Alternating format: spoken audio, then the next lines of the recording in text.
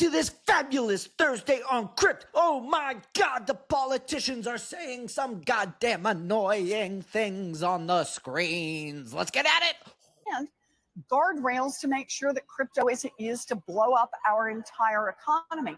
So I'm very worried about that, but I want to add one more twist, and that is the Clarity bill has all those problems, but it also has a provision in it that would let any company listed on the New York Stock Exchange opt out of SEC regulation by just digitizing themselves, put themselves on the blockchain, and all of a sudden it turns out that Amazon or Meta or General Motors is no longer governed by the SEC. You do realize that literally would blow up the value of the New York Stock Exchange. That whole Ooh, that's so annoying. Let's just get into this because I've been covering this over and over again. The Genius Bill is literally there to put guardrails, to put these walls around what can and can't be done with stablecoins in place. If anything, it is protecting the banks by not allowing the yield and earned yield from the U.S. Treasuries to be shared across stablecoin issuers. She's complained in the past that this means any company can just launch their own digital dollar. No, it doesn't say that.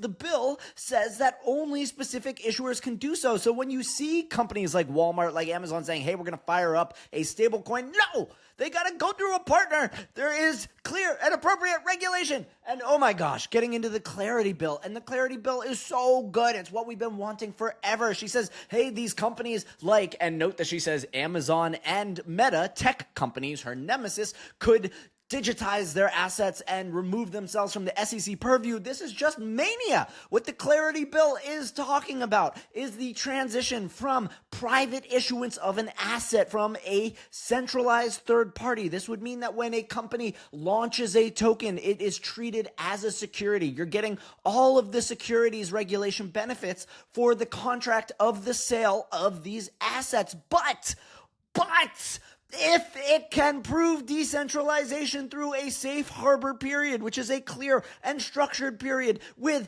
checkmarked goals as to what decentralization means, then it can move out of the SEC's purview into the commodities, into the CFTC. And is that riskier than the SEC? Is that better? Like, fuck no, the CFTC is still a regulator. So, god damn it, is she just espousing bullshit straight from the horse's mouth to the cameras and the distribution centers of the internet. But this is very, very frustrating because this is the anti-crypto army continuing. And how many elections do you need to lose to get this through your head? Why does this piss me off so much? I was a registered Democrat my entire life, and watching them go through with this, destroy their entire platform over it. I mean, the majority of millennial millionaires hold crypto. The kids coming forth are going to have Web3 wallets long before they have a bank account, if they ever need a bank account after this stablecoin explosion. Stop holding America back. It is so frustrating. Cue Sherman.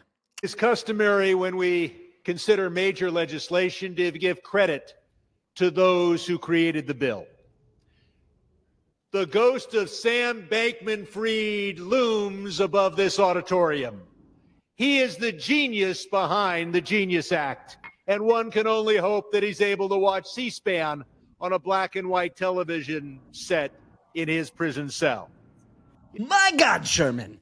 Sam Bankman-Fried's in jail. Where is this even coming from? I mean, he donated it to the Dems, so what? The capital allocation to your party is what you're frustrated about? I mean, maybe you should be frustrated about it. But no, the Genius Act is just about stablecoins. That is not what Sam Bankman-Fried was doing. He was a for-profit maxi that was using his user funds and rehypothecating them for venture bets for other things. I mean, god damn it. Are they just lying straight to our faces? And why are they so attached to this? This is the conundrum of our times. We've seen Trump's unification of the crypto elements of society, and to the point where Coinbase is sponsoring military parades. Like, that is not the values espoused by Satoshi, the goals of Bitcoin. But what we can see is that this opposition is so powerful and so aggressively wrong that you have the next generation of wealth coming together to just put them down. And again, how much do you want to lose? That's the question here. Crypto's pumping. Everyone's doing well. This isn't about destroying the U.S. economy. This is about augmenting the hegemony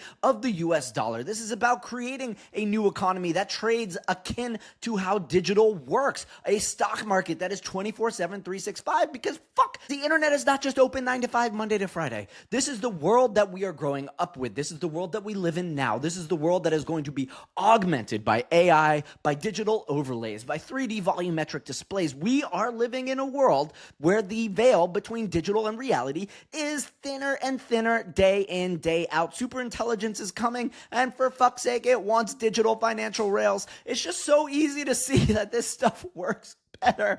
Why are you going against it so hard? Oh, anyway, that's my frustrations. I wanted to air it because I know these things are going to hit television, and I just want to put in my take of defense as to why they are wrong, why they are so aggressive, and there clearly is a bias in here. Now, what is it? Of course, remember, Warren mentioned Amazon and Meta, and the reality is they did not appreciate the growth and the trajectory of the tech sector of the internet bubble. There's these oligarchs came out like Bezos, like Zuckerberg, that challenged the power structure of Washington, D.C. That is the core of what's going on here.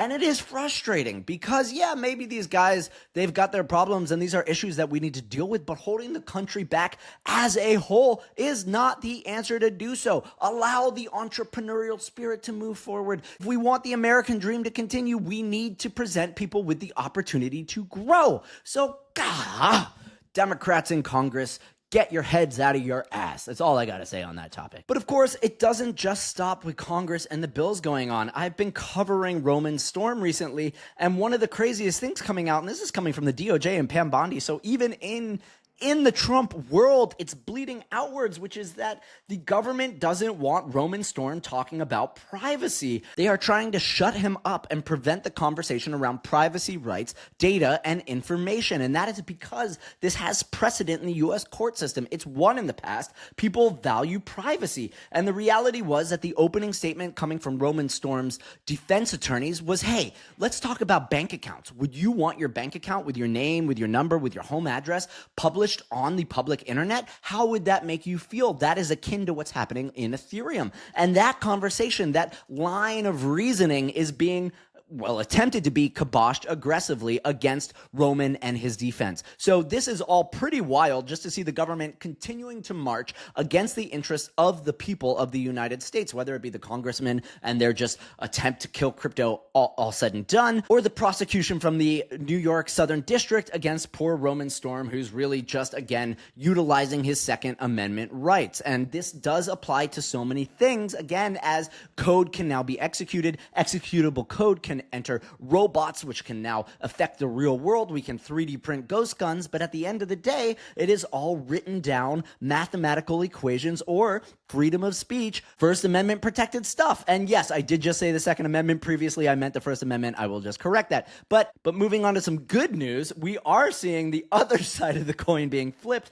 in that the French government opens the door to Bitcoin mining by the EDF. Now, what they are doing is that they are experimenting with sort of waste electricity. And this is something that is really interesting and a pivot from the narrative of years past, which is that Bitcoin is a highly consumptive form of electricity. But there is a surplus of electricity. Electricity doesn't just go from point A to point B and not, disappear. There is always the angel share in electricity. When we pull it out of the earth in the form of gas in the US, they have to off flare it. They burn it just for the sake of the fact that they don't have enough storage, right? Our battery tech isn't good enough. There's only so much gas that can fill in a tank. But what if instead of burning that excess energy, you captured that burn, you converted it to electricity, and you immediately use that to convert into Bitcoin? This is what we're doing in the US, and this is where we're finding actually load balance equations in Bitcoin. So similarly, they're plugging Bitcoin miners into the grid of specific cities. This is an experiment that's been run for many years. And when the demand is too high, the Bitcoin miners turn off. When the demand is too low, the Bitcoin miners turn on. What this does is it stabilizes the grid because the grid wants stable electricity. It doesn't want peaks and troughs. It doesn't want that spiking. It doesn't make for good electrical utility. We want a flat line.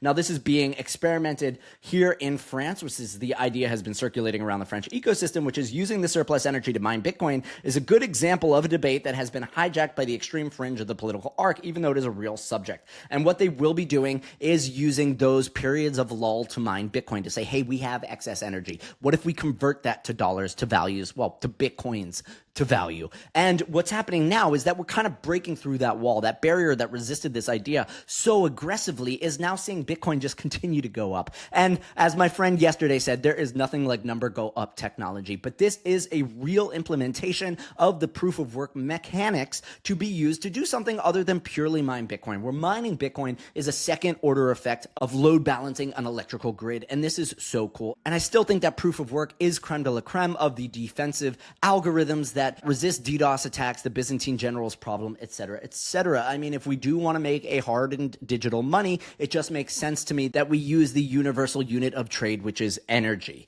That is just hits me rationally. Now, I do want to sign off with something that's really, really fun. I know I've kind of taken it to the extremes of anger and rage today, but there's just this awesome story unfolding with Robert Leshner, one of DeFi's OGs. And what's happened is that he's been looking at these crypto treasury products on the market, and he actually went out to acquire the majority stake in a publicly traded but poorly performing company called, I believe it's Liquor House, right? LQR. In a nutshell, what's happened? This is YHC is the ticker. He went out, he bought the majority of the shares so that he could take control and eventually convert this business into something new and novel. What we're seeing is DeFi first moving outwards towards TradFi, right? To have a DeFi founder with a successful protocol go out and acquire a publicly traded company. I mean, this is pretty fascinating, right? Talk about the takeover that Elizabeth Warren and Brad Sherman are so afraid of. But what happened here was that they saw this coming, this hostile takeover, and they began to issue shares aggressively. And well, Robert, he wasn't going to have that. So he said, fuck this, I'm bringing my lawyers on board.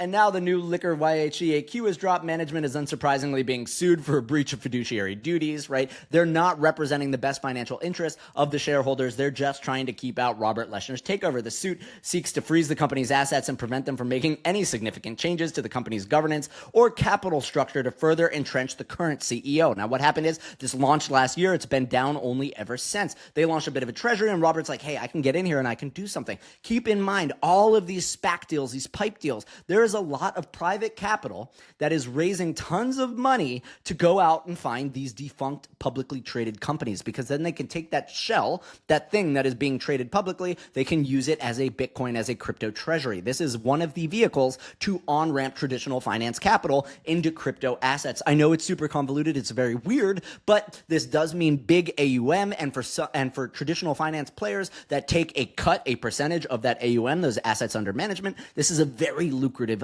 trade. So if you get in on one of these SPACs early, you can obviously set up a defunct company. You can get a big old treasury behind it, especially if you already have the stock, like we talked about yesterday with Adam Back's Bitcoin, or let's say you're a DeFi founder with a giant chunk of DeFi protocol assets. Not only are you pumping your protocol, but you are securing your bag. You're actually finding new liquidity. So let's just take Adam Back and his Bitcoin, for example. He doesn't want to part with them. He can put them into this vehicle. He can earn some shares, and he does not have to sell that Bitcoin. He can basically convert it over to the equity of this new company, and there can be some liquidity to take there. So this is a really interesting play, and it's been really fun. Robert Leshner, also a mensch, good guy, really smart, really intelligent, and this is just a fun play to see him go after. So not only are we showing the financial prowess and just the worldly nature of the success of these crypto people, but if you want to go against a group, legally speaking, the walls and barriers in the legal world, in the regulatory world, that the crypto scene has had to go against are immense. We are so well versed